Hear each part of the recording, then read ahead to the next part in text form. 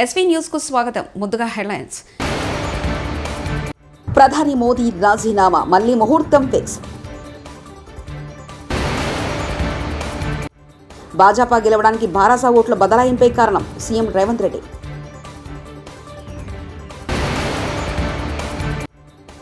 పాలకులుగా కాదు ప్రజా సేవకులుగా పనిచేస్తాం చంద్రబాబు.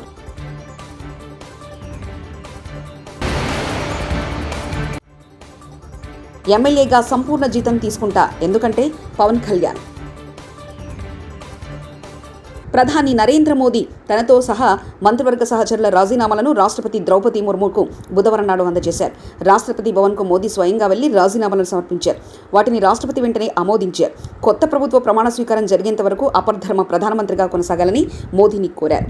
ఈరోజు సాయంత్రం కేంద్ర కేబినెట్ సమావేశం, నిన్న ఎన్నికల కౌంటింగ్ పూర్తయింది. ప్రభుత్వం ఎవరు ఏర్పాటు చేస్తారన్నది ఇంకా క్లారిటీ రాలేదు.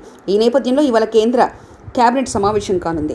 పార్లమెంట్ ఎన్నికలలో భారాసా ఎమ్మెల్యేల ఆత్మగౌరవాన్ని కేసీఆర్, కేటీఆర్, హరీష్ రావులు భాజపాకు తాకట్టు పెట్టారని ముఖ్యమంత్రి రేవంత్ రెడ్డి విమర్శించారు. రాష్ట్రంలో 8 ఎంపీ స్థానాలు భాజపా గెలవడానికి భారాసా ఓట్ల బదలాయింపే కారణమని రేవంత్ ఆరోపించారు. సిద్దిపేటలో హరీష్ రావు తమ ఓట్లను పూర్తిగా భాజపాకు బదిలీ చేసి బలహీన వర్గాల కాంగ్రెస్ బిడ్డను ఓడించారని మండిపడ్డారు. పూర్తిగా ఓట్లను బదలాయించి కేసీఆర్ రాజకీయ అరాచకానికి పాల్పడ్డారన్నారు. రాష్ట్రంలో కాంగ్రెస్ ప్రభుత్వాన్ని అస్థిరపరిచేందుకు కుట్ర చేసిన కేసీఆర్ పార్లమెంట్ ఎన్నికల్లో పూర్తిగా కనుమరుగయ్యారని రేవంత్ రెడ్డి వ్యాఖ్యానించారు. వాళ్ళందరితో కలిసి ఈ సంతోషాన్ని పంచుకోవడం జరిగింది. దేశవ్యాప్తంగా జరిగిన ఎన్నికల విషయంలో నాడు రాహుల్ గాంధీ గారు కన్యాకుమారి నుంచి కశ్మీర్ వరకు 150 రోజులు 4000 కిలోమీటర్లు సుదీర్ఘమైన పాదయాత్ర, ఆ తర్వాత మణిపూర్ నుంచి ముంబై వరకు వారి పర్యటనలు, దేశవ్యాప్తంగా ప్రజాస్వామిక వాదులందరినీ ఏకం చేసి ముఖ్యంగా దళితులు, గిరిజనులు, మైనారిటీలు, మహిళలు, విద్యార్థులు, నిరుద్యోగ యువకులు, ప్రజాస్వామిక వాదులందరినీ కూడా సమన్వయం చేసి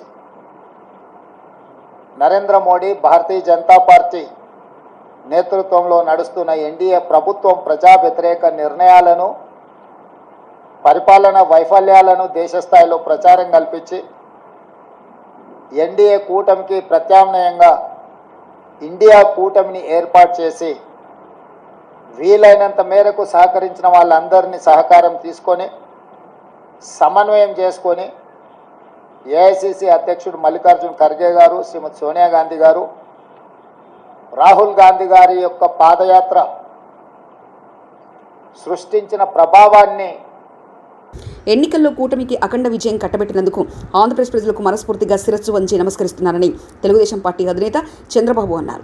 రాష్ట్రంలో అధికార పగ్గాలు చేపట్టాక పాలకులుగా కాకుండా ప్రజా సేవకులుగా పనిచేస్తామని చంద్రబాబు స్పష్టం చేశారు. ఉండవల్లిలో తన నివాసంలో నిర్వహించిన మీడియా సమావేశంలో ఆయన మాట్లాడారు. 5 ఏళ్ల వైకాపా పాలనలో వ్యవస్థలన్నీ కుప్పకూలిపోయాయని చెప్పారు. సెప్టెంబర్, అక్టోబర్ నాకు ఇప్పటి కూడా జ్ఞాపకం. ఆ రోజు నా మీద బాంబులు చేసినప్పుడు చాలా ఒక పానిక్ రియాక్షన్లో కూడా నేను భయపడలేదు. అలాంటి వ్యక్తిని మీరు చూస్తే, అది ఆ సంఘటన చూసిన తర్వాత ఇలాంటి కౌరవ సభలో ఉండడం కరెక్ట్ కాదని అసెంబ్లీలో చెప్పి, దానికి కూడా మైక్ ఇవ్వకపోతే చెప్పేసి బయట వచ్చి ప్రెస్ కాన్ఫరెన్స్ చెప్పి అనౌన్స్ చేశాను. మళ్లీ క్షేత్రస్థాయిలో గెలిచి అసెంబ్లీని గౌరవ సభ చేసి అసెంబ్లీకి ఎంటర్ అవుతానని చెప్పాను. నేను ఏదైతే ఆ రోజు ఒక ప్రతిజ్ఞ చేశానో దాన్ని నిజం చేయడానికి ప్రజలు సహకరించారు. మామూలుగా సహకారం కాదది. నేను ఇన్ని సంవత్సరాలు చాలాసార్లు చాలా ఎలక్షన్లో గెలిచాం, కొన్ని ఎలక్షన్లో ఓడిపోయాం. ఎలక్షన్లో ఓడిపోయినప్పుడు నేను ఎప్పుడూ కుంగిపోలేదు. ఎలక్షన్లో గెలిచిన తర్వాత గంతులేయలేదు. నిబ్బరంగా ఓడిపోయినప్పుడు ఒక బాధ్యత ప్రతిపక్షంలో ఉండి పనిచేయాలి, గెలిపించినప్పుడు ఒక బాధ్యత ప్రజలకు మెరుగైన సేవలు అందించి వాళ్ళని ముందుకు తీసుకుపోవాలని ప్రయత్నం చేశాం. ఎప్పుడూ ప్రజాప్రచారమే ఉన్నాం. అలాంటిది జరిగిన తర్వాత ఈరోజు మళ్లీ కృష్ణా విజయవాడ అంతర్జాతీయ విమానాశ్రయం చేరుకున్న నారా చంద్రబాబు నాయుడు ఉండవల్లి నివాసం నుంచి రోడ్డు మార్గంలో విమానాశ్రయం చేరుకున్న నారా చంద్రబాబు నాయుడు ప్రత్యేక విమానంలో ఢిల్లీ బయలుదేరి వెళ్లిన నారా చంద్రబాబు నాయుడు.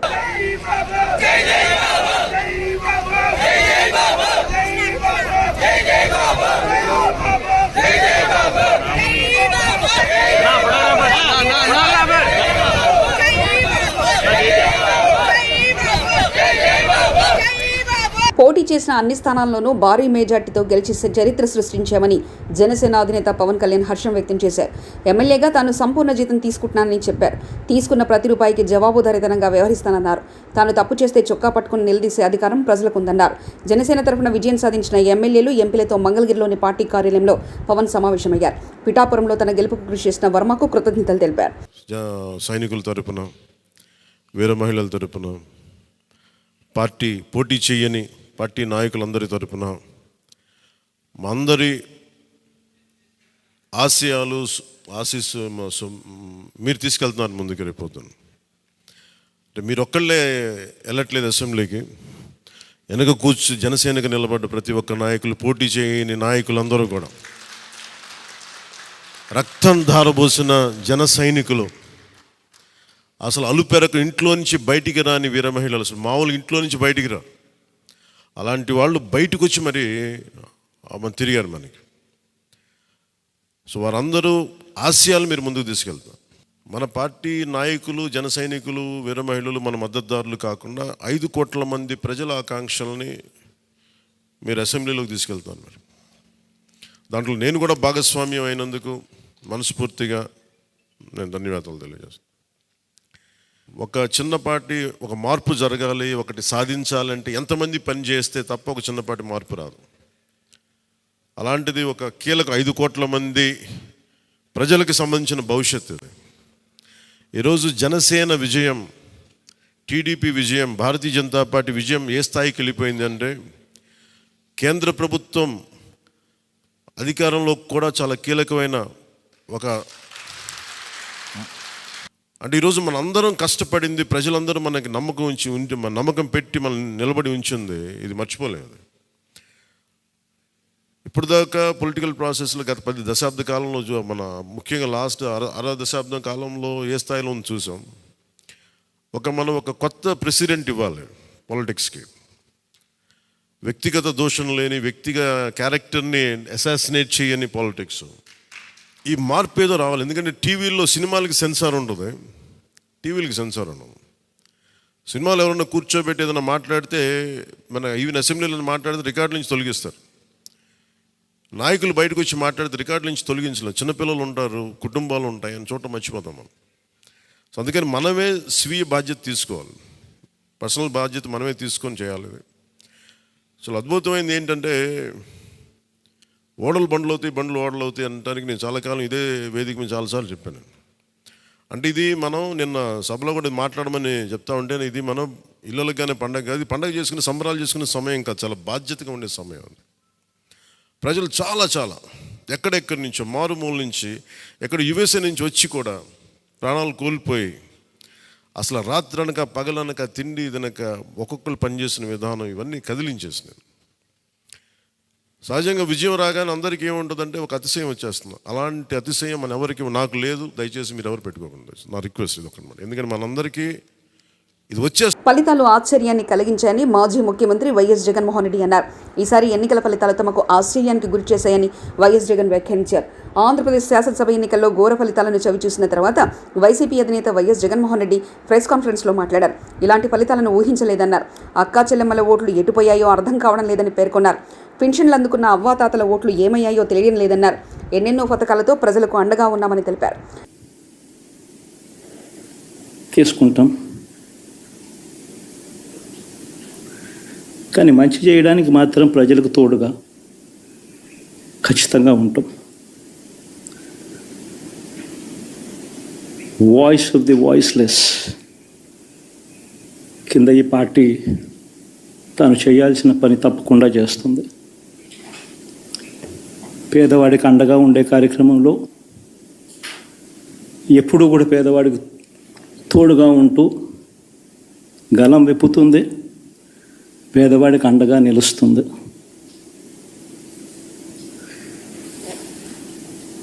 పెద్ద పెద్ద వాళ్ళ కూటమి ఇది. ఢిల్లీలో సైతం శాసించే పరిస్థితుల్లో ఉన్న కూటమి ఇది. ఆ కూటమిలో ఉన్న బీజేపీకి, ఆ కూటమిలో ఉన్న చంద్రబాబు గారికి, ఆ కూటమిలో ఉన్న పవన్ కళ్యాణ్ గారికి అందరికీ కూడా వాళ్ళ గొప్ప విజయానికి అభినందనలు.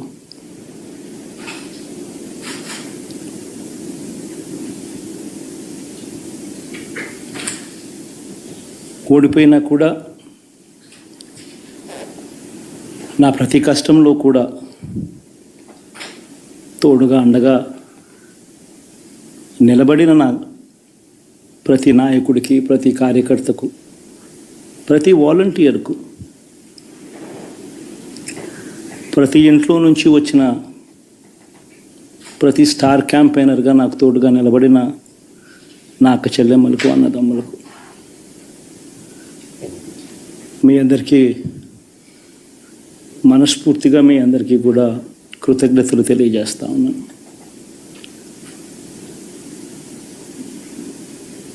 ఏం జరిగిందో తెలియదు కానీ ఏమి చేసినా, ఎంత చేసినా ఇంకా 40% ఓటు బ్యాంకు మాత్రం తగ్గించలేకపోయారు. ఖచ్చితంగా మళ్ళీ ఇక్కడి నుంచి లేస్తాం.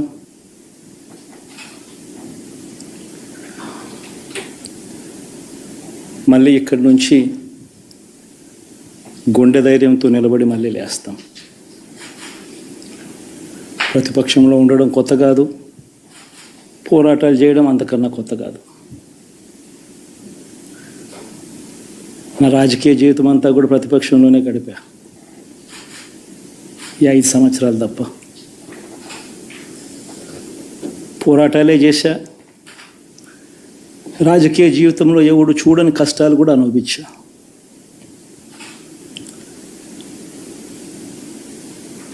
ఇప్పుడు అంతకన్నా కష్టాలు ఏదైనా పెట్టినా కూడా సిద్ధంగా ఉన్నాం, సిద్ధంగా ఎదుర్కొంటాం.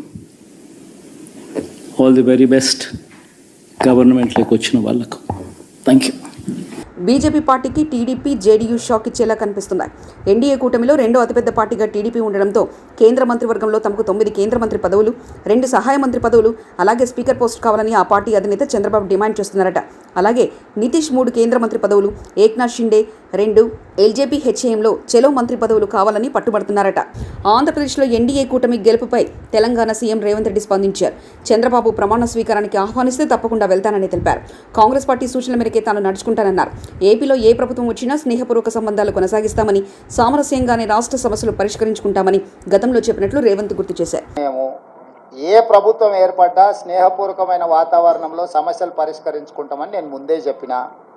ఈరోజు కూడా నేను ఆ మాటకున్నా. ఆంధ్రప్రదేశ్లో ఏ ప్రభుత్వం ఏర్పడ్డా ఆ ప్రభుత్వంతో సంప్రదింపులు చేపట్టి రాష్ట్ర సమస్యల్ని శాశ్వతంగా పరిష్కరించుకుంటాము. ఉమ్మడి క్యాపిటల్ చట్టపరంగానే సమస్య పరిష్కారం అయిపోయింది. హైదరాబాద్ నగరం ఇప్పుడు తెలంగాణకు రాజధాని. అంటే ఒక కీలకమైన సమస్య ఆల్రెడీ చట్టపరంగా పరిష్కారం అయింది.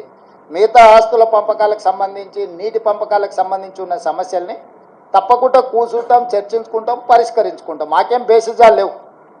రాష్ట్రం యొక్క అభివృద్ధి, రాష్ట్రం యొక్క అభ్యున్నతి కోసము ఎవరితోనైనా చర్చించడానికి మేము సిద్ధంగా ఉన్నాం, పరిష్కరించుకుంటాం. ఏం ప్రభాకర్?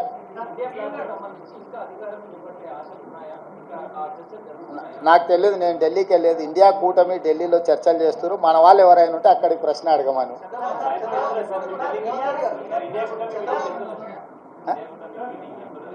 ఇండియా కూటమిలో జాతీయ నాయకులు, ఆ కూటమిలో ఉన్న వివిధ భాగస్వాములనే ఇప్పటికి పిలిచిండ్రు.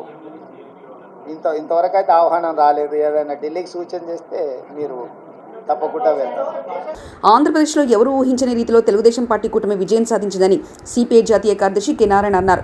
జగన్మోహన్ రెడ్డి ప్రజాపాలనను తుంగలో తొక్కి కేవలం సంక్షేమ పథకాల ద్వారానే విజయం సాధించవచ్చని ఊహల్లో ఉండడంతో నేడు ఓటమి పాలయ్యారని తెలిపారు. తెలుగుదేశం పార్టీ బలంతోనే ఏపీలో భాజపాకు సీట్లు వచ్చాయన్నారు. ఏపీలో కూటమి విజయం భాజపా ప్రభావం కాదన్నారు. రాష్ట్రానికి ప్రత్యేక హోదా ఇస్తామనే హామీని కేంద్రం తుంగలో తొక్కిందని, చంద్రబాబు రాష్ట్ర హక్కుల కోసం కేంద్రంతో కొట్లాడాలని ఆయన సూచించారు. ఆ బీజేపీకి అయిపోతే వైసీపీకి ఒక కళాశాలకి వచ్చేది అన్నీ వచ్చేది. సో సరే ఏమైనా కానీ గెలుపు చేసినటువంటి చంద్రబాబు నాయుడికి పవన్ కళ్యాణ్కి కంగారు ఇది ప్రజలు తీర్పిస్తున్నదాన్ని కాబట్టి ఇంత హ్యాక్ చేయడం. అయితే ఇప్పుడు ఒక బాధ్యత ఇప్పుడు మొట్టమొదటి కూడా బీజేపీతో కలిస్తే మైనారిటీ ఓట్లు పోతాయని అనుకునపడ్డాం. ఇప్పుడు అది జరిగింది. అది జగన్మోహన్ రెడ్డి వ్యతిరేకత ఇవన్నీ చూడకుండా వెళ్ళిపోయింది. ఇప్పుడు చంద్రబాబు పవన్ కళ్యాణ్ కలిసి ప్రధాని మోదీ రాజీనామా మళ్లీ ముహూర్తం ఫిక్స్. భాజపా గెలవడానికి భారాసా ఓట్ల బదలాయింపే కారణం సీఎం రేవంత్ రెడ్డి.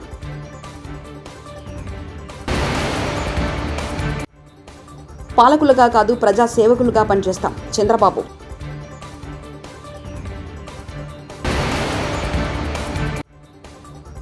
ఎమ్మెల్యేగా సంపూర్ణ జీతం తీసుకుంటా ఎందుకంటే పవన్ కళ్యాణ్. ఇవి బులెటిన్ విశేషాలు. చూస్తూనే ఉండండి ఎస్వీ న్యూస్.